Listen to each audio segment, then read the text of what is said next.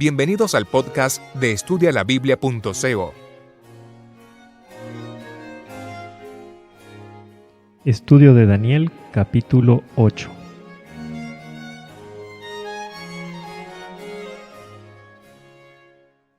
El tema principal del capítulo 8 es la tercera línea profética, la restauración del santuario, primera parte.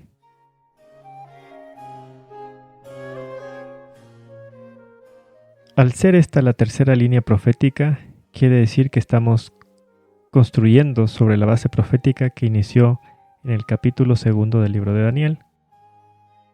El capítulo 7 fue la segunda línea profética. Y en ese capítulo, Daniel tuvo una visión que, si bien iba sobre el esquema del capítulo 2, se agregaron dos nuevos elementos. El primer nuevo elemento fue el cuerno pequeño, de Daniel 7:8. Y después del cuerno pequeño hubo una escena de juicio, de Daniel 7:9 al 13. Pues bien, en el capítulo 8 vamos a ver que Daniel va a tener una visión y también va a escuchar unas palabras. Y vamos a escuchar más detalles acerca de ese cuerno pequeño.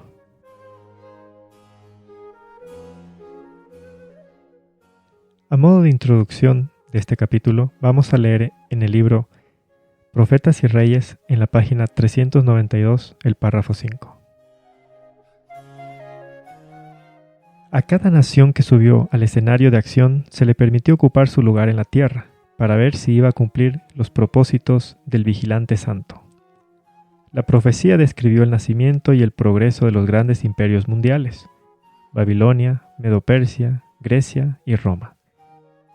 Con cada uno de ellos, como con las naciones de menos potencia, la historia se repitió. Cada uno tuvo su plazo de prueba. Cada uno fracasó, su gloria se desvaneció y desapareció su poder. En el mismo libro, en la página 393, el párrafo 3, leemos lo siguiente. La historia de las naciones nos habla a nosotros hoy. Dios asignó a cada nación e individuo un lugar en su gran plan. Hoy los hombres y las naciones son probadas por la plomada, que está en la mano de aquel que no comete error. Por su propia elección, cada uno elige su destino, y Dios lo rige todo para cumplir sus propósitos. Al unir un eslabón con otro en la cadena de los acontecimientos, desde la eternidad pasada a la eternidad futura, las profecías que el gran Yo Soy dio en su palabra nos dicen dónde estamos hoy en la procesión de los siglos y lo que puede esperarse en el tiempo futuro. Todo lo que la profecía predijo como habiendo de acontecer hasta el momento actual se lee cumplido en las páginas de la historia, y podemos tener la seguridad de que todo lo que falta por cumplir se realizará en su orden. Hoy en día, las señales de los tiempos declaran y nos muestran que estamos en el umbral de acontecimientos grandes y solemnes. En nuestro mundo actual, todo está en agitación. Ante nuestros propios ojos se están cumpliendo las profecías por las cuales nuestro Salvador anunció los acontecimientos que habían de preceder su venida, tales como: oiréis rumores de guerra, se levantará nación contra nación, reino contra reino, habrá pestilencias, hambres y terremotos por los lugares, como está escrito en Mateo 24, de los versículos 6 al 7. En el libro Profetas y Reyes, en la página 394, el párrafo 2, leemos: El momento actual es de interés abrumador para todos los que viven, los gobernantes y los estadistas, los hombres que ocupan puestos de confianza y autoridad, los hombres y mujeres pensadores de todas las clases, tienen la atención fija en los acontecimientos que se producen en derredor nuestro. Observan las relaciones que existen entre las naciones. observan la intensidad que se apodera de todo elemento terrenal y reconocen que algo grande y decisivo está por acontecer, que el mundo se encuentra en víspera de una crisis estupenda. La Biblia, y tan solo la Biblia, presenta una visión correcta de estas cosas. En ella se revelan las grandes escenas finales de la historia de nuestro mundo, acontecimientos que ya se anuncian y cuya aproximación hace temblar la tierra y desfallecer de temor los corazones de los hombres. Entonces, estamos leyendo y estamos estudiando en el libro de Daniel que tanto hombres como naciones tienen su tiempo de gracia. En el mismo libro, en la página 367, el párrafo 1, leemos que centenares de años antes que ciertas naciones subiesen al escenario, el Omnisciente miró a través de los siglos y predijo el nacimiento y la caída de los reinos universales. Dios declaró a Nabucodonosor que el reino de Babilonia caería y que se levantaría un segundo reino, el cual tendría también su periodo de prueba. Al no ensalzar al Dios verdadero, su gloria iba a marchitarse y un tercer reino ocuparía su lugar. Este también pasaría, y un cuarto reino, fuerte como el hierro, iba a subyugar las naciones del mundo. Si los gobernantes de Babilonia, el más rico de todos los reinos terrenales, hubiesen cultivado siempre el temor de Jehová, se les habría dado una sabiduría y un poder que los habrían unido a él y mantenido fuertes. Pero solo hicieron de Dios su refugio cuando estaban perplejos y acosados. En tales ocasiones, al no hallar ayuda en sus grandes hombres, la buscaban en hombres como Daniel, hombres acerca de quienes sabían que honraban al Dios viviente y eran honrados por él. A los tales pedían que se les revelasen los misterios de la providencia, porque aunque los gobernantes de la orgullosa Babilonia eran hombres de más alto intelecto, se habían separado tanto de Dios por la transgresión que no podían comprender las revelaciones ni las advertencias que se les daba acerca del futuro. En la historia de las naciones, el que estudia la palabra de Dios puede contemplar el cumplimiento literal de la profecía divina. Babilonia, al fin quebrantada, desapareció, porque en tiempos de prosperidad sus gobernantes se habían considerado independientes de Dios y habían atribuido la gloria de su reino a las hazañas humanas. El reino medo-persa fue objeto de la ira del cielo porque en él se pisoteaba la ley de Dios. El temor de Jehová no tenía cabida en los corazones de la vasta mayoría del pueblo. Prevalecían la impiedad, la blasfemia y la corrupción. Los reinos que siguieron fueron aún más viles y corruptos, y se fueron hundiendo cada vez más en su falta de valor moral.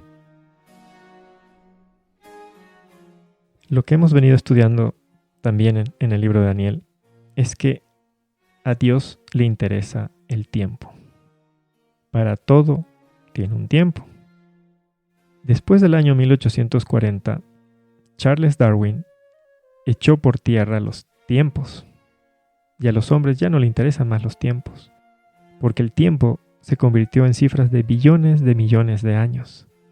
Sin embargo, la Biblia nos muestra que a Dios sí le interesa el tiempo y que cada nación y cada ser humano tiene un tiempo determinado de prueba. Vamos a iniciar con el estudio versículo por versículo del capítulo 8.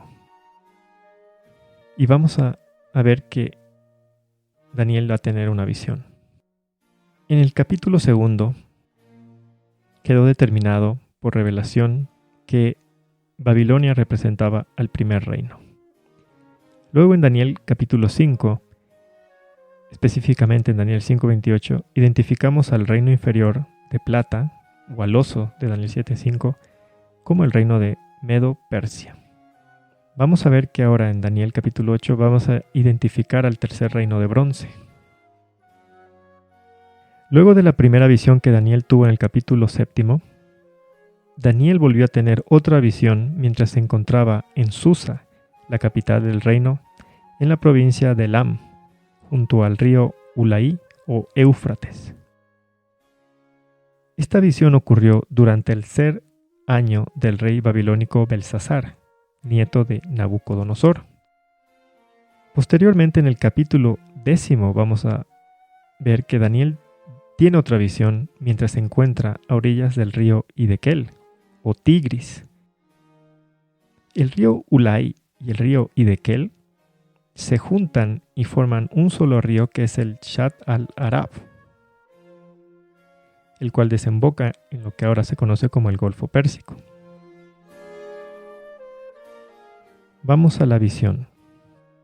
En la visión, dice Daniel, alcé mis ojos y miré, y he aquí que había delante del río un carnero, el cual tenía 2 cuernos, pero aunque eran altos, uno de ellos más alto que el otro, el más alto se erigió después. El carnero es un animal doméstico, a comparación con las bestias salvajes del capítulo 7, como el león, el oso, el leopardo. Pero aún más importante, el carnero era sacrificado en el atrio del santuario terrenal, como leemos en Levítico 6, versículo 6. Este carnero, leemos que es descrito teniendo un cuerno más alto que el otro. Esta descripción equivale a la descripción de la segunda bestia que tenía un hombro más alto que el otro, en Daniel 7:5. Dependiendo de la traducción bíblica, en Daniel 7:5 puede decir también se alzaba de un costado más que del otro. En algunas traducciones dice simplemente se levantó a su lado, lo cual no es una traducción correcta. Por lo tanto, Daniel 8:3, un cuerno más alto que el otro, equivale a Daniel 7:5, un hombro más alto que el otro. Es decir, el carnero simboliza al oso, a la segunda bestia del capítulo 7, al reino inferior del capítulo 2 en Daniel 2:39. Es decir, el carnero está simbolizando al imperio de Medo-Persia, identificado en Daniel 5:28. Como podemos ver, en la visión del capítulo 8, Daniel ya no ve a la primera bestia que representaba a Babilonia, sino que se salta directamente al segundo imperio del esquema cronológico, lo cual tiene lógica, ya que, como hemos estudiado en Daniel capítulo 4, Belsasar fue el último rey de Babilonia, como estudiamos en Daniel capítulo 5. En Daniel capítulo 5 estudiamos que Belsasar fue el último rey de Babilonia. Entonces, por eso no tenía sentido que la visión en este capítulo volviese a iniciar con Babilonia cuando ya era el tiempo de los medos y persas. ¿Qué más leemos sobre este carnero? Vi que el carnero golpeaba con sus cuernos al oeste, al norte y al sur, y que ninguna bestia podía prevalecer delante de él, ni había quien escapase de su poder. Él hacía conforme a su voluntad. Esta frase de hacer conforme a su voluntad se refiere a la entrada de un nuevo poder o un nuevo imperio mundial. Y esto lo vamos a ver muy repetido, especialmente en el capítulo 11. Entonces recordemos esta frase, hacer conforme a su voluntad, para recordar que siempre está relacionado con la entrada de un nuevo imperio o poder mundial. En los versículos 5 al 8 tenemos al macho cabrío. Mientras yo estaba considerando esto, he aquí que un macho cabrío venía de la parte del oeste, sobre la superficie de toda la tierra, pero sin tocar la tierra. Aquel macho cabrío tenía un cuerno muy visible entre sus ojos. El macho cabrío es también un animal doméstico como el carnero, a diferencia de las bestias salvajes del capítulo 7. Y es más, el macho cabrío también era un animal que se sacrificaba en el atrio del santuario terrenal. El macho cabrío se sacrificaba durante el servicio diario como ofrenda para el pecado del príncipe, como leemos en Levítico 4 del 22 al 24. Pero también era sacrificado en el servicio anual o día de expiación o juicio simbólico por el pecado del pueblo, como leemos en Levítico 16 de los 8 al 10. En esa ocasión, en el juicio simbólico, habían 2 machos cabríos, uno para Jehová y otro para Azazel, es decir, Satanás. Había un macho cabrío que representaba a Satanás, Es por estas pistas del carnero y del macho cabrío que tenemos que entender que este capítulo trata sobre la restauración del santuario. La descripción del macho cabrío, que dice que venía sin tocar tierra, nos da a entender que viene a toda velocidad, casi volando. Esta descripción concuerda con la descripción de la tercera bestia del capítulo 7, en el versículo 6, donde se describe al leopardo que tenía en su espalda 4 alas de ave. Ahora, el leopardo es uno de los animales más veloces de la tierra. Si le aumentas 4 alas, es aún más veloz. Es decir, en la descripción del leopardo y del macho cabrío se destaca la velocidad en la descripción. El macho cabrío venía del lado occidente a toda velocidad y tenía un cuerno notable entre sus ojos. ¿Qué más leemos? Dice que fue hasta el carnero que tenía los 2 cuernos, al cual yo había visto que estaba de pie delante del río, y corrió contra él con la ira de su fuerza. Vi que llegó al carnero y se enfureció contra él, lo golpeó y quebró sus 2 cuernos, pues el carnero no tenía fuerzas para quedar en pie delante de él, por lo tanto lo derribó a tierra y lo pisoteó. No hubo quien librase al carnero de su poder. Entonces el macho cabrío se engrandeció de sobremanera, y estando en su mayor poderío, aquel gran cuerno fue quebrado, y en su lugar crecieron otros 4 cuernos muy visibles hacia los 4 vientos del cielo. Entonces, Daniel 7:6, el leopardo con 4 alas, equivale a Daniel 5:8, al macho cabrío que venía a toda velocidad casi volando. Daniel 7:6, el leopardo con 4 alas y 4 cabezas, equivale a Daniel 8:8, al macho cabrío con 4 cuernos. Daniel 2:39, que menciona sobre la bestia del leopardo que se enseñoreará de toda la tierra, equivale a Daniel 8:5, que hace sobre la haz de toda la tierra. Entonces el macho cabrío simboliza al leopardo, al tercer reino del capítulo 2:39. Entonces, como podemos ver hasta ahora, Daniel 8 está pasando por el mismo esquema de Daniel 7 y Daniel 2. Es así que sabemos que esta es la tercera línea profética. En los versículos 9 al 12 tenemos al cuerno pequeño. El cuerno pequeño fue agregado en el esquema de Daniel capítulo 7. Y ahora vemos que vuelve a aparecer en el esquema de Daniel 8. Es decir, en Daniel 8 ya no vemos a la primera bestia, al león, a la cabeza de oro, sino que vamos directo a la segunda bestia, que era el oso, el reino inferior de plata, que ahora es el carnero. Vemos al macho cabrío, que es el leopardo, el tercer reino de bronce, y en esta visión se salta al cuarto reino de hierro y se salta a los 10 cuernos, o los 10 dedos de los pies, que era el reino dividido en Daniel 2, y se salta directo al cuerno pequeño. Leemos lo siguiente: de uno de ellos, es decir, de los 4 cuernos, salió un cuerno pequeño que creció mucho al sur y al oriente y hacia la tierra gloriosa. Y dice: por él fue quitado el continuo sacrificio. Se engrandeció contra el jefe del ejército, y el lugar de su santuario fue echado por tierra.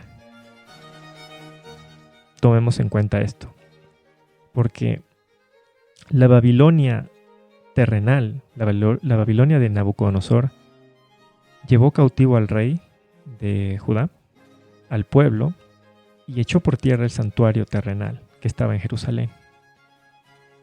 Estamos viendo una visión que tiene que ver ya no con bestias salvajes, sino con animales que se sacrificaban en el atrio del santuario. Un capítulo que tiene que ver sobre la restauración del santuario. Y al hablar del cuerno pequeño, estamos leyendo que las acciones que él va a hacer, una de ellas es echar por tierra el continuo sacrificio, el servicio diario, engrandecerse contra el jefe del ejército y echar por tierra el santuario. Ahora, las características del cuerno pequeño continúan en los versículos 23 al 25.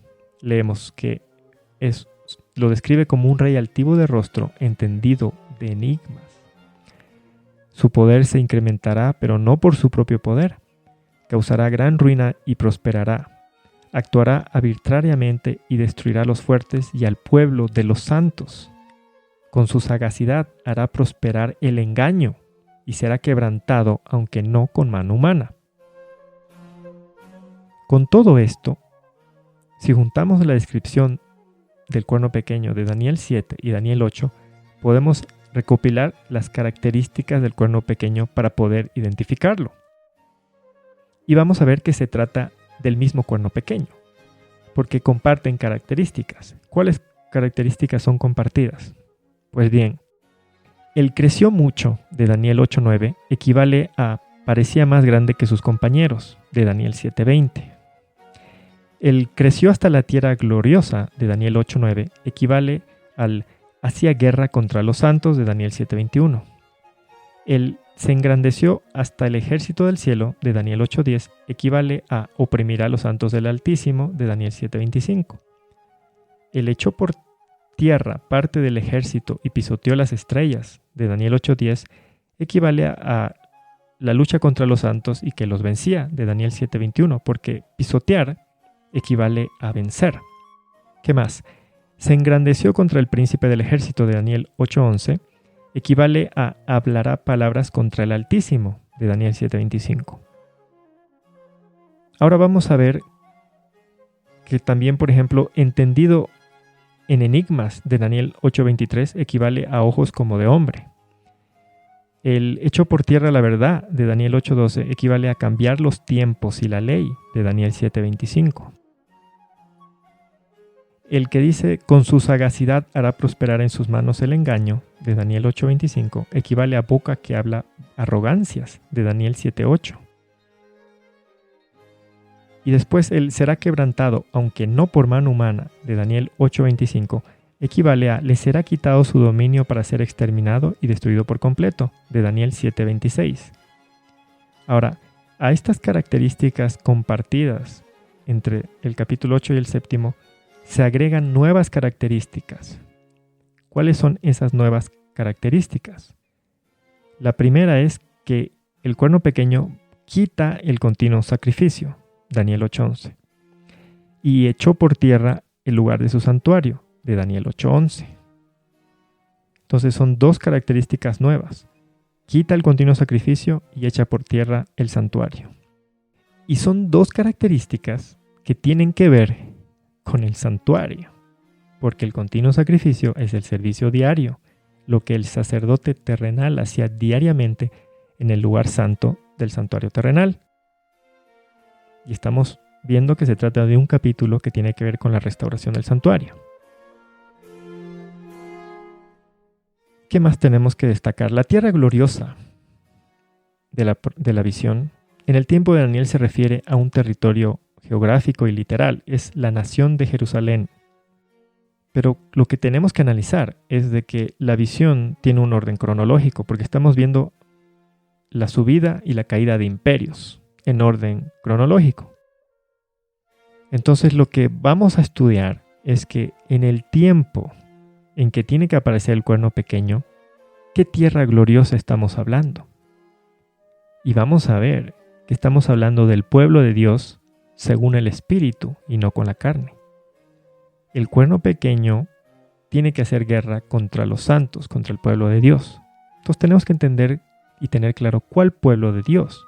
¿El literal, según la carne, según la sangre, o el espiritual? Ese ejército del cielo se refiere al pueblo de Dios, a los que sirven a Dios, equivale a los santos del Altísimo.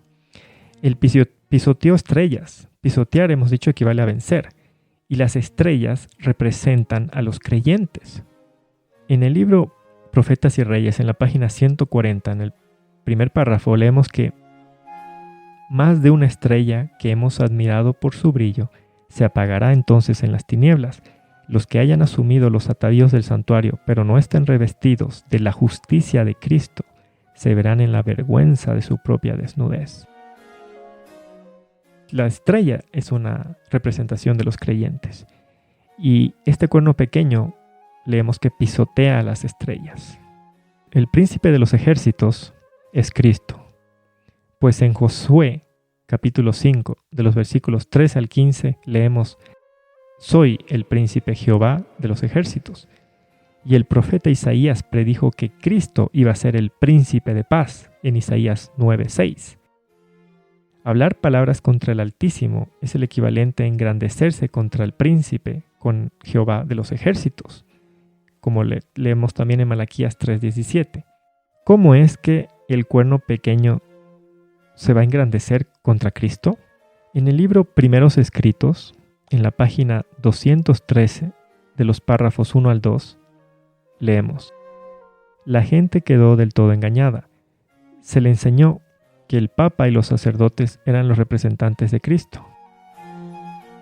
Entonces, ¿cómo se engrandeció el cuerno pequeño contra Cristo? ¿Cómo es que habla blasfemias contra el príncipe de los ejércitos? En la Biblia encontramos algunas definiciones de blasfemia. Por ejemplo, en Marcos capítulo 2, luego de que nuestro Señor Jesús perdona los pecados del paralítico, ¿qué le dijeron los fariseos y los sacerdotes? En Marcos 2:7 leemos que dicen: ¿por qué habla este así? Blasfemias dice. ¿Quién puede perdonar pecados sino solo Dios? Entonces, ¿cuál es una definición de blasfemia? Es cuando un hombre pretende que puede perdonar pecados. Ahora, Cristo revistió su divinidad de humanidad para venir a esta tierra. Cristo vino a la tierra como hombre, pero Él perdonaba pecados en calidad de Dios. Y los fariseos y los sacerdotes no lo reconocían como Dios, sino solo como hombre. Es por eso que para ellos era blasfemia que Cristo perdonara pecados. Pero ahí tenemos una definición de lo que es blasfemia. Es cuando un hombre pretende que tiene la potestad de perdonar pecados, una autoridad que solo le pertenece a Dios. Lo mismo leemos en Lucas 5:21.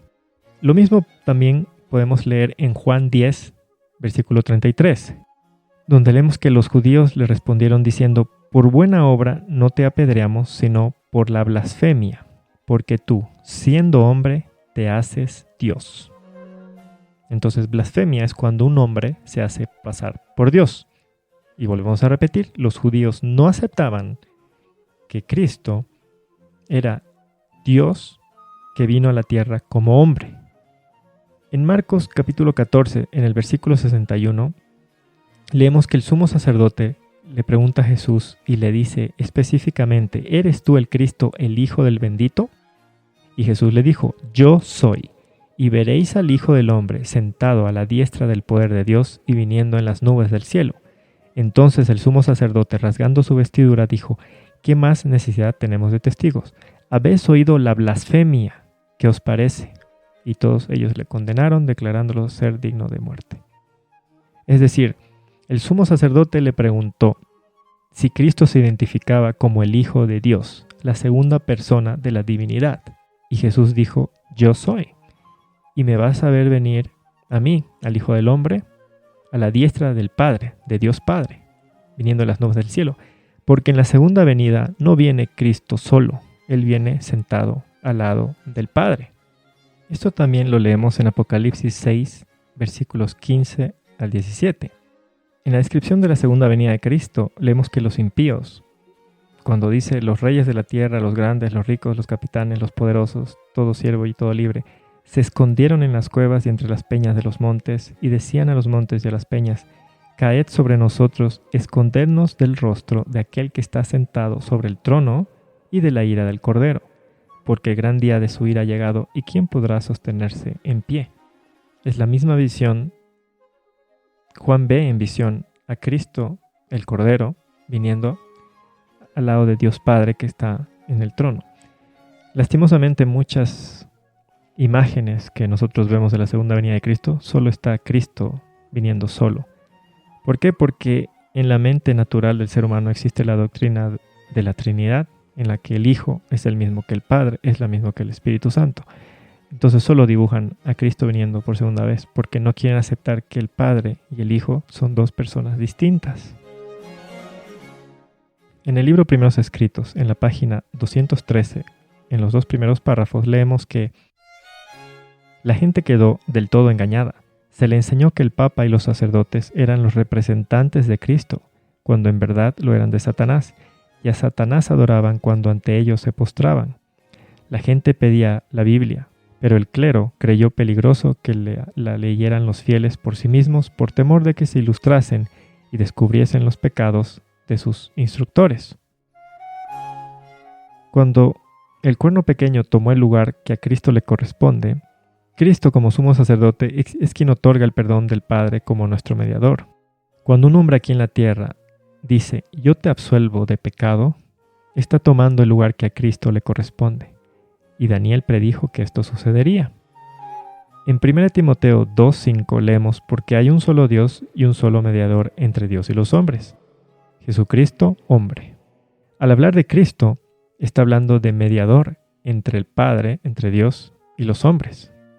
Entonces, si la expresión porque hay un solo Dios significaría que hay una sola persona, un solo ser, entonces no tendría sentido de que ese mismo ser es mediador y juez, que entre él mismo cumple dos roles, es decir, se presenta a Cristo como mediador entre el Padre y los hombres.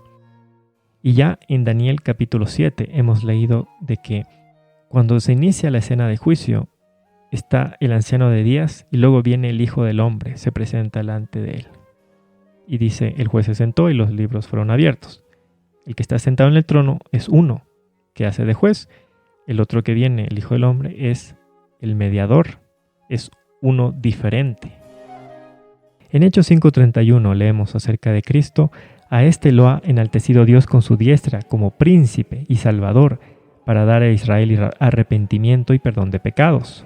En Hechos 10:43 leemos, todos los profetas dan testimonio de él y de que todo aquel que cree en él recibirá perdón de pecados por su nombre. Romanos 3:25, como demostración de su justicia, Dios le ha puesto a él como expiación por la fe en su sangre, a causa del perdón de los pecados pasados en la paciencia de Dios. Colosenses 1:14 leemos, en quien tenemos redención, el perdón de los pecados. En cuanto a las acciones del cuerno pequeño de quitó el continuo, vamos a estudiar más adelante cómo eso tiene que ver con el servicio diario. Echó por tierra el lugar de su santuario, vamos a estudiar más adelante que se refiere al santuario celestial y no al santuario terrenal, pues hay que respetar el orden cronológico del esquema de Daniel. El echó por tierra la verdad equivale a cambiar los tiempos y la ley. Echar por tierra la verdad es echar por tierra la ley moral, el decálogo, los 10 mandamientos. Pues está escrito en el salmo más largo de la Biblia, que habla de la ley moral, en el Salmo 119, en el versículo 142, ¿qué es la verdad? Tu justicia es justicia eterna y tu ley es la verdad. Entonces cuando en Daniel 8 leemos, echó por tierra la verdad, ¿qué echó por tierra? La ley, los 10 mandamientos. El cuerno pequeño echó por tierra la ley de Dios equivale a cambiar los tiempos y la ley. La descripción que dice entendido en enigmas equivale a los ojos como de hombre. La sagacidad del engaño equivale a la boca que habla blasfemias. El que dice sin mano quebrantado equivale a le quitarán su dominio. Entonces, hasta el versículo 12 hemos hablado acerca de la visión. Pero ahora vamos al versículo 13. A partir de aquí viene la palabra. Termina la visión y empieza la palabra, pues Daniel dice que él empezó a oír, ya no a ver, sino a oír, porque dice, entonces oí a un santo que hablaba, y otro de los santos preguntó al que hablaba, ¿hasta cuándo durará la visión del continuo sacrificio y la prevaricación asoladora entregando el santuario y el ejército para ser pisoteados? Se trata de un ángel conversando con otro ángel y Daniel está escuchando la conversación. En la conversación, un ángel hace la pregunta al otro ángel, ¿hasta cuándo? ¿Hasta cuándo? Implica tiempo. Vamos al versículo 14. La respuesta del ángel es, hasta 2300 tardes y mañanas, luego el santuario será purificado. Hagamos una breve pausa. Después de la visión del capítulo 7, específicamente en el versículo 16 en adelante, leímos que Daniel, luego de la visión, él hace pregunta a los ángeles que se encuentran allí. Pues él dice, me acerqué a uno de los que estaban de pie y le pregunté. En el versículo 19 leemos que entonces quise saber la verdad acerca de la cuarta bestia. En el siguiente versículo dice, también quise saber. Entonces, gracias a que Daniel hizo preguntas en el capítulo 7 a los ángeles, ellos dieron la interpretación de la visión del capítulo 7. Dios, que todo lo conoce y todo lo sabe, sabía que en esta ocasión Daniel no iba a hacer preguntas respecto a la visión del capítulo 8. Por eso Dios hizo que Daniel escuche una pregunta que abarca tiempo y respuesta, revelación. Daniel no hizo ninguna pregunta en esta visión porque al escuchar echó por tierra el continuo, echó por tierra el santuario, Daniel se quedó asustado. Porque él, ¿qué está pensando? Él está pensando que el santuario terrenal en Jerusalén ya estaba echado por tierra. ¿Por quién? Por la Babilonia terrenal.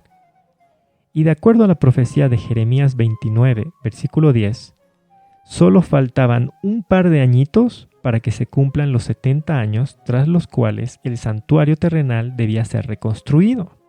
Recordemos que en el año 606 a.C., los israelitas fueron llevados en cautiverio a Babilonia y se echó por tierra la ciudad, Jerusalén, y el santuario terrenal. Estamos en el año 538 a.C., es decir, ya han pasado 68 años de cautiverio. Estamos en el tiempo en que Darío el Medo va a terminar con el dominio de Babilonia y solo faltan 2 años para el fin de los 70 años. ¿Y qué es lo que está escuchando Daniel? Está escuchando una visión profética en que dice que va a aparecer un imperio que nuevamente va a echar por tierra el santuario, nuevamente va a echar por tierra el servicio diario. Entonces, pongámonos en sus zapatos. Él ha estado esperando ya por 68 años para que el pueblo sea liberado y salga a reconstruir el santuario, porque él entiende, ya lo hemos estudiado en Daniel 6, cuando Daniel fue echado al foso de los leones. ¿Qué estudiamos ahí? Estudiamos de que cuando él oraba con su mirada hacia Jerusalén. ¿Por qué lo hacía? Porque allí estaba destruido el santuario. ¿Y por qué oraba mirando al santuario? Porque él entendía que en el servicio diario, cuando el sacerdote quemaba incienso diariamente y 2 veces al día, había una justificación en símbolos. Cuando el sacerdote aumentaba aceite a las lámparas, había un bautismo diario del Espíritu Santo. Cuando el sacerdote asperjaba la sangre del animal sacrificado, entre el velo que separaba el lugar santo del Santísimo, había un perdón de pecados en promesa. Entonces, ¿por qué él ni siquiera oraba 2 veces al día como ocurría el servicio diario? Porque el servicio diario era 2 veces al día. Él 3 veces al día hacía eso, hacía su servicio diario mirando a Jerusalén, porque él tenía claro que sin santuario y sin sacerdocio no había ni justificación, ni perdón, ni bautismo diario del Espíritu Santo. Entonces, para Daniel era clave la restauración del santuario. Él sabía que sin santuario, sin sacerdocio, el pueblo de Dios no puede tener ni justificación, ni perdón, ni al Espíritu Santo como habitante, como agente regenerador. Es decir, no hay frutos del Espíritu, solo puede haber frutos de la carne. Entonces, Daniel está esperando esos 2 años para poder restaurar el santuario, el sacerdocio, y que nuevamente el pueblo pueda estar justificado en promesa, perdonado en promesa, pero reciba el Espíritu Santo en realidad, porque si fuera en promesa, entonces no podrían tener los hombres frutos del Espíritu y solo habría obras de la carne. Pero él que escucha, nuevamente el santuario va a estar echado por tierra 2300 tardes y mañanas, y él entiende que en la profecía un tiempo equivale a un año. Entonces él está haciendo los cálculos y dice, otra vez por 2300 años va a estar echado por tierra el santuario. Entonces Daniel ya no quiere preguntar, según él ya entiende lo que le está diciendo Dios, y él ya no quiere hacer preguntas. Pero ¿qué quería Dios? Dios quería que Daniel aprendiera que ese santuario terrenal era sombra y figura del verdadero santuario celestial creado por Dios y no por los hombres, como leemos en Éxodo 25 de los versículos 8 al 9 y el versículo 40. O en Hebreos, capítulo 8, de los versículos 1 al 6. Dios quería que Daniel y todos los que estudian el libro de Daniel comprendan que así como Babilonia terrenal echó por tierra el servicio diario terrenal, el servicio anual o día de expiación terrenal, el sacerdocio terrenal, el santuario terrenal, la Babilonia espiritual, el cuerno pequeño, iba a echar por tierra el servicio diario celestial, el juicio investigador, el ministerio sacerdotal celestial de Cristo y el santuario celestial. Ahora tenemos que hablar acerca de la expresión 2300 tardes y mañanas, porque hay personas que enseñan que 2300 tardes y mañanas significan 1150 sacrificios matutinos y 1150 servicios vespertinos del servicio diario terrenal del ritual simbólico.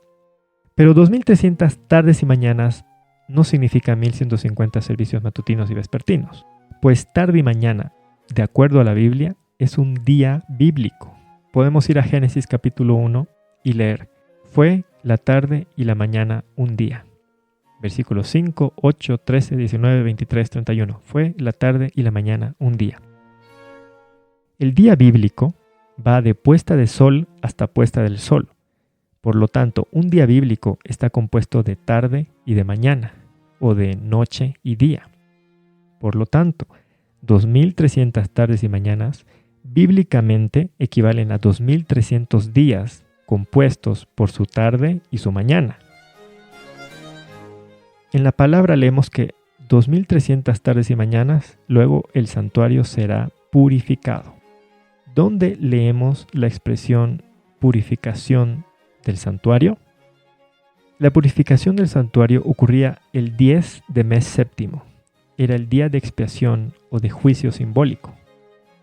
En el ritual simbólico, que vamos a estudiar más adelante a profundidad, cada 10 de mes séptimo en el calendario bíblico había un día de expiación o juicio simbólico. Esto lo leemos en Levítico 23, 17. ¿Qué ocurría? Diariamente había un servicio diario, en el cual los israelitas debían de transferir sus pecados, simbólicamente, al cordero o animal que se había de sacrificar en el atrio. Luego de sacrificar al animal en el altar del sacrificio, el sacerdote debía recoger la sangre, introducirla dentro del santuario y rociarla en el velo que separa el lugar santo del lugar santísimo, para que así los pecados del israelita pudieran ser perdonados y transferidos al santuario.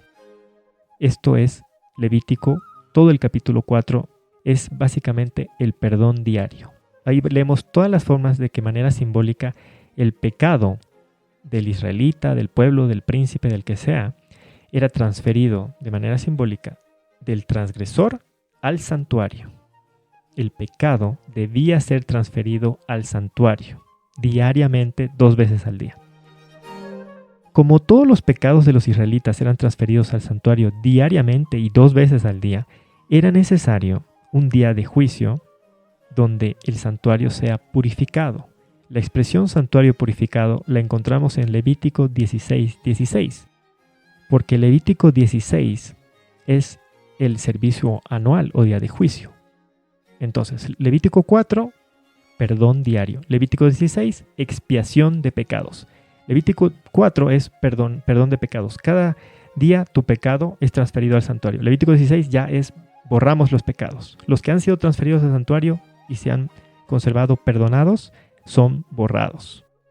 Los pecados que habían sido previamente perdonados y transferidos al santuario durante el servicio diario, diariamente, 2 veces al día, en el juicio, eran borrados y transferidos de manera simbólica al macho cabrío que representaba a Satanás. Entonces, ¿qué volvemos a ver en este capítulo 8 después del cuerno pequeño? Volvemos a ver una escena de juicio, tal como ocurrió en Daniel 7, de los versículos 9 al 10, 13 y 26. Entonces, en Daniel 8, en la línea profética de Daniel 8, volvemos a reiterar, tenemos al carnero, que es el oso o el reino inferior de plata del capítulo 2, es Medo-Persia, ya identificado en Daniel capítulo 5. Tenemos al macho cabrío, que es el leopardo, el tercer reino de bronce. Ya no se nos habla del cuarto reino, ni se nos habla del reino dividido, Pero se nos habla del cuerno pequeño y se nos da más detalles. Se nos da dos detalles, dos descripciones de acciones que va a hacer relacionadas al santuario. Y el carnero y el macho cabrío son dos animales que se sacrificaban en el altar del santuario.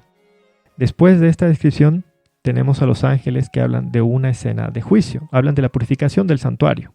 Exactamente lo mismo que vimos en Daniel 7, porque después del cuerno pequeño es cuando fueron puestos tronos, se sentó el anciano de días, el tribunal se sentó, los libros fueron abiertos. Y luego viene uno como hijo de hombre a esta escena de juicio. Estamos pasando sobre el mismo esquema de Daniel 2, Daniel 7, pero se nos están agregando nuevos elementos, porque en Daniel 8 tenemos un número que nos puede ayudar a calcular de manera matemática cuando se inicia este juicio. Entonces, el tema central del capítulo 8, como hemos dicho, tiene que ver con el santuario. En la visión se usó animales, como el carnero y el macho cabrío, para llevar nuestra atención al santuario. Ahora, en la palabra, en lo que escuchó Daniel a los ángeles, tenemos una escena de juicio que hace una conexión directa a la purificación del santuario de Levítico 16:16. Tenemos que tomar en cuenta el tiempo. Por eso hemos venido hablando desde el principio, incluso desde el primer capítulo de Daniel, el tiempo. A Dios le interesa el tiempo. Dios quería que Daniel supiera el tiempo que había determinado con las 2300 tardes y mañanas, porque a Dios le importa el tiempo y quiere que a nosotros nos importe. Dios tiene un plazo de tiempo determinado para todo, como podemos apreciar en todos los capítulos del libro de Daniel. Podemos apreciarlo en los 120 años de plazo que Dios dijo a Noé antes del diluvio. Podemos apreciarlo en los 400 años de cautiverio del pueblo en Egipto. Los 3 años y medio que no llovió en el tiempo de Elías, los 70 años de cautiverio en Babilonia. Es decir, Dios siempre pone un tiempo determinado. Él no deja que las cosas pasen así por un tiempo indefinido. Él tiene un tiempo determinado para todo. A Dios le interesa bastante el tiempo. Ese es uno de los puntos principales del libro de Daniel. Y continuemos con el versículo 15. El ángel Gabriel va a explicar la visión a Daniel. Daniel está tratando de entender lo que ha visto y ha oído. Y delante de él se pone uno con apariencia de hombre. En el versículo 16 leemos que Cristo le da una orden. Y la orden es: Gabriel, explica la visión. Ojo con eso. Cristo le dice que le ordena al ángel Gabriel que explique lo que vio. No le dice que explique lo que escuchó, referente a las 2300 tardes y mañanas. Le ordena que explique solamente la visión referente al carnero y al macho cabrío y al cuerno pequeño. Entonces, ¿qué dice el ángel Gabriel? En los versículos 17 al 19. La visión es para el tiempo del fin. Entonces, ¿qué sucede? Daniel cae al suelo sobre su rostro como desmayado. Gabriel lo hace parar y le dice que le va a explicar la visión porque el final será en el tiempo señalado. La explicación del carnero y del macho cabrío la tenemos en los versículos 20 al 22. ¿Y qué dice el ángel Gabriel? Nos dice que el carnero son los reyes de Media y Persia. Entonces, el cuerno más pequeño es el rey de Media y el cuerno más grande es el rey de Persia. Es decir, nos está reiterando lo que ya habíamos entendido en Daniel capítulo 5, que el reino inferior de plata, el oso y ahora el carnero, representa al imperio medo-persa. Pero ¿qué más dice? Dice que el macho cabrío es el reino de Grecia. Entonces, en Daniel 8:21 estamos identificando al tercer reino de bronce de Daniel 2:39, al leopardo de Daniel 7:6, al macho cabrío, es Grecia. Entonces ya tenemos 3 imperios identificados por la Biblia mismo: Babilonia, Medo-Persia y Grecia. Tenemos que dejar que la Biblia se revele, se explique a sí misma. No podemos poner nosotros nuestros propios argumentos y decir, no, este es el imperio otomano, no, este es Antíoco. Aquí tenemos un cronograma, está yendo en orden cronológico: Babilonia, Medo-Persia y ahora Grecia. Si miramos en la historia acerca del imperio griego, podemos identificar a ese cuerno grande entre sus ojos del macho cabrío, que se identifica como el rey primero, a Alejandro Magno. Cuando dice que el cuerno grande se rompe, o que cae el rey primero, estamos hablando de que cae Alejandro Magno. Entonces esos 4 cuernos nos dice que el reino de Grecia tiene que ser dividido en 4 reinos que se van a levantar en ese imperio, pero dice con menor fuerza. La descripción es aunque no con la fuerza de él. Entonces, esta expresión, aunque no con la fuerza de él, en Génesis 49, versículo 3, al hablar del primogénito, se le describe como la fuerza o el vigor, pues dice, mi primogénito, mi fortaleza y el principio de mi vigor. Entonces, ¿qué estaba profetizado aquí? Estaba profetizado que cuando, al fallecer Alejandro Magno, su reino no iba a ser entregado a su descendencia, no iba a ser entregado a su hijo o a su primogénito. Efectivamente, en la historia leemos que cuando Alejandro Magno murió a sus 32 años, por causas debatidas por varios historiadores, posibles causas como intoxicación alcohólica, envenenamiento, el reino de Grecia no fue a su hijo Heracles, el que era su primogénito con una concubina. Tampoco fue a su hijo Alejandro IV, que era su hijo legítimo, pero que nació cronológicamente después de la muerte de Alejandro Magno. ¿Por qué no? El reino no lo heredó ninguno de sus descendientes, de sus primogénitos, porque todos sus familiares fueron mandados a asesinar por el general Casandro. Y entonces el imperio de Grecia fue dividido en 4 reinos por los 4 generales de Alejandro, tal como estaba predicho en la profecía. ¿Cuáles fueron esos 4 cuernos o 4 reinos? El primero es la dinastía tolemaica que ocupó Egipto por el general Ptolomeo. Luego tenemos la dinastía seleucida que ocupó Mesopotamia y Asia Central por el general Seleuco. El tercero es la dinastía antigónica que ocupó Macedonia y lo hizo arrebatando el reino al general Casandro. Y luego está la dinastía atálida que ocupó Tracia y Asia Menor por el general Lisímaco. Luego, en los versículos 23 al 25, lo que tenemos es la explicación del cuerno pequeño. Y la explicación del ángel Gabriel es, se levantará un rey altivo de rostro entendido en enigmas. Tanto en el capítulo 2 como en el 7 y en este 8, cuando se describe a la estatua, a los metales, a las bestias, a los animales, a los cuernos, al cuerno pequeño, hay un intercambio de descripción entre reyes y reinos. Y ya hemos explicado que la razón por la que se dice rey es porque rey es la cabeza visible del reino. Pero tenemos que dejar claro de que tanto los metales como las bestias, los animales, representan reinos. Porque hay gente que a la fuerza quiere hacer que representen rey, entonces se ponen a divagar entre reyes y papas, pero al final estamos hablando de reinos. Esto ya lo hemos determinado desde el capítulo 2. Se trata de reinos. ¿Por qué es importante? Porque cuando muere un rey, el reino permanece y aparece otro, pero el rey es la cabeza visible en su momento de ese reino. Cuando en un principio se le dijo a Nabucodonosor, tú eres la cabeza de oro, es porque él era en ese momento el rey de Babilonia. Pero ¿qué pasó? Luego que él fallece, ¿quién se puso de cabeza del imperio de Babilonia? Belsasar. Pero seguía el reino de Babilonia, hasta que vino Darío y lo mató. Entonces, estamos hablando de reinos. Y claro, cada reino siempre va a tener una cabeza visible, un rey. Pero estamos hablando de reinos, reino de Babilonia, reino de Persia, reino de Grecia, reino de Dios, etc. Entonces el cuerno pequeño también tiene que ser un reino. Estamos hablando de un reino, de un imperio, de un sistema que va a tener en su respectivo tiempo a un rey, a un representante, a una cabeza visible de dicho reino. Pero el cuerno pequeño no es un hombre, es un reino. Cuernos son reinos, por eso cuando habla de los 4 cuernos de leopardo, estaba hablando de 4 reinos, de una dinastía tolemaica, dinastía seleucida, antigónica, atálida, que tuvieron en su momento reyes, ¿no? El general Ptolomeo, Seleuco, Casandro y Lisímaco, pero eran reinos.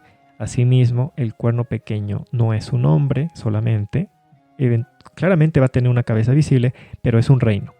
Un hombre puede morir, pero el sistema puede continuar aún después de la muerte de esa cabeza visible. Cuando leemos en el libro El conflicto de los siglos, en la página 405 y en otras versiones en la 356, leemos: el apóstol Pablo advirtió a la iglesia que no debía esperar la venida de Cristo en tiempo de él. Ese día, dijo, no puede venir sin que haya venido primero la apostasía, sin que haya sido revelado el hombre de pecado. Segunda de Tesalonicenses 2:3. Únicamente después que se haya producido la gran apostasía y se haya cumplido el largo periodo del reino del hombre de pecado, podemos esperar el advenimiento de nuestro Señor. O sea, es importante porque cuando Pablo habla de este cuerno pequeño, le llama hombre de pecado. Y hay mucha gente que quiere tomar eso como literal. Es un hombre. No es un hombre, es un reino. Acabamos de leer. Cuando se haya cumplido el largo periodo del reino del hombre de pecado, podemos esperar el advenimiento de nuestro Señor. Es un reino. En Daniel 7 estudiamos que el cuerno pequeño surgió destruyendo a 3 cuernos, es decir, a 3 reinos, y sometiendo a los otros 7 reinos, o otros 7 cuernos. Y leímos, mas no con fuerza propia. ¿Por qué? Porque este cuerno pequeño, si no tumba a otros cuernos, a otros reinos con fuerza propia, quiere decir que utiliza los ejércitos de otros reinos para conseguir sus objetivos. Entonces, ese es un detalle que tenemos que tomar en cuenta. Se trata de un imperio, de un poder, de un sistema que tumba a otros reinos no con su propio ejército, sino utilizando los ejércitos de otro imperio. Entonces ahora tenemos que hablar de la desesperación de Daniel, porque él se desmaya. Y volvemos a reiterar, Daniel se encuentra en este momento, en este capítulo, en el año 538 a.C. Y él ha estado en Babilonia desde el año 606 a.C. Ha estado 68 años en cautiverio en Babilonia, esperando la profecía de Jeremías 29:10. Solo faltan 2 años para restaurar el santuario terrenal que la Babilonia había echado por tierra. Entonces Daniel está tratando de hallar la relación entre Jeremías 29:10 y ese periodo tan largo de 2300 tardes y mañanas. Humanamente hablando, pudo pensar que quizás escuchó mal, ya que solo faltaban 2 años para restaurar el santuario. Entonces, ¿qué hace Dios? Para que Daniel no piense que ha escuchado mal, el ángel Gabriel le dice en el versículo 26, la visión de las tardes y mañanas que se ha referido es verdadera, y tú guarda la visión porque es para muchos días. Daniel sabía que un día profético equivale a un año. Entonces, cuando dice el ángel Gabriel muchos días, está hablando de muchos días proféticos, muchos años. En el versículo 27 que leemos, Daniel quedó quebrantado y enfermo por varios días. ¿Por qué? Porque él sabía que un día profético equivalía a un año y no entendía la relación entre Jeremías 29:10 y los 2300 días proféticos que recién ha escuchado. Daniel se desespera porque está pensando que ese santuario terrenal iba a ser nuevamente echado por tierra por 2300 años. Entonces él dice, ¿para qué vamos a salir a restaurarlo si hoy, que ya no van a ser 70, van a ser 2300 años que va a estar echado por tierra? Es porque él desconoce el santuario celestial. Está perdiendo de vista que todo lo terrenal servía como un símbolo a lo verdadero, a lo celestial. Ahora, volvemos a reiterar, el ángel Gabriel explicó la visión, mas no explicó la palabra relacionada a las 2300 tardes y mañanas, pues esa fue la orden. La orden de Cristo fue, explica la visión. En el libro Conflicto de los Siglos, en la página 372, en otras versiones, en la página 324, leemos, en el capítulo 8 de Daniel, no pudo encontrar guía para el punto de partida de los 2300 días. Aunque se le mandó que hiciera comprender la visión a Daniel, el ángel Gabriel solo le dio a este una explicación parcial. Cuando el profeta vio las terribles persecuciones que sobrevendrían a la iglesia, desfallecieron sus fuerzas físicas. No pudo soportar más y el ángel le dejó por algún tiempo.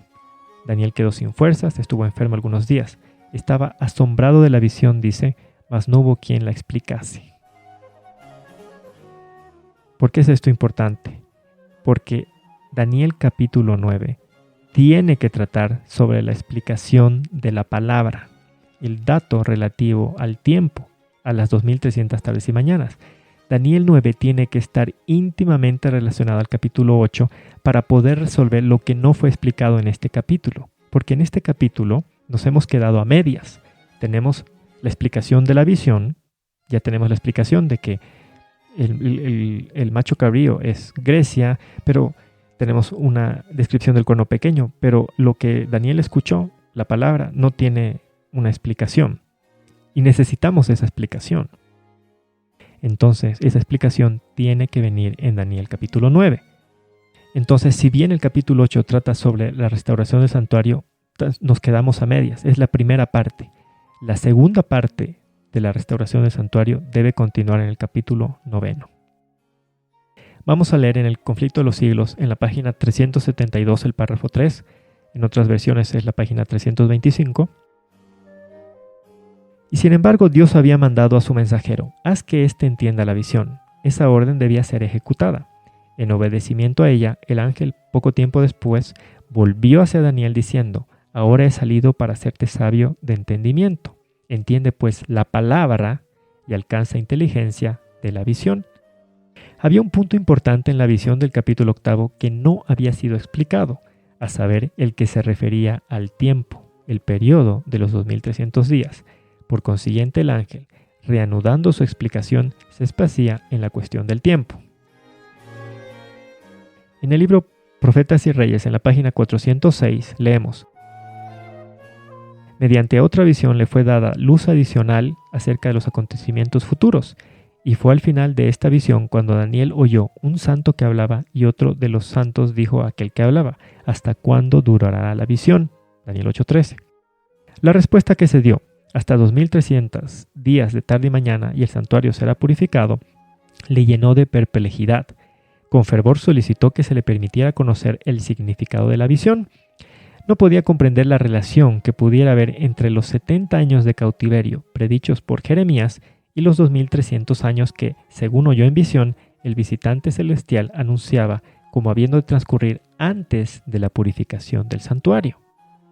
El ángel Gabriel le dio una interpretación parcial, pero cuando el profeta oyó las palabras: la visión es para muchos días, se desmayó.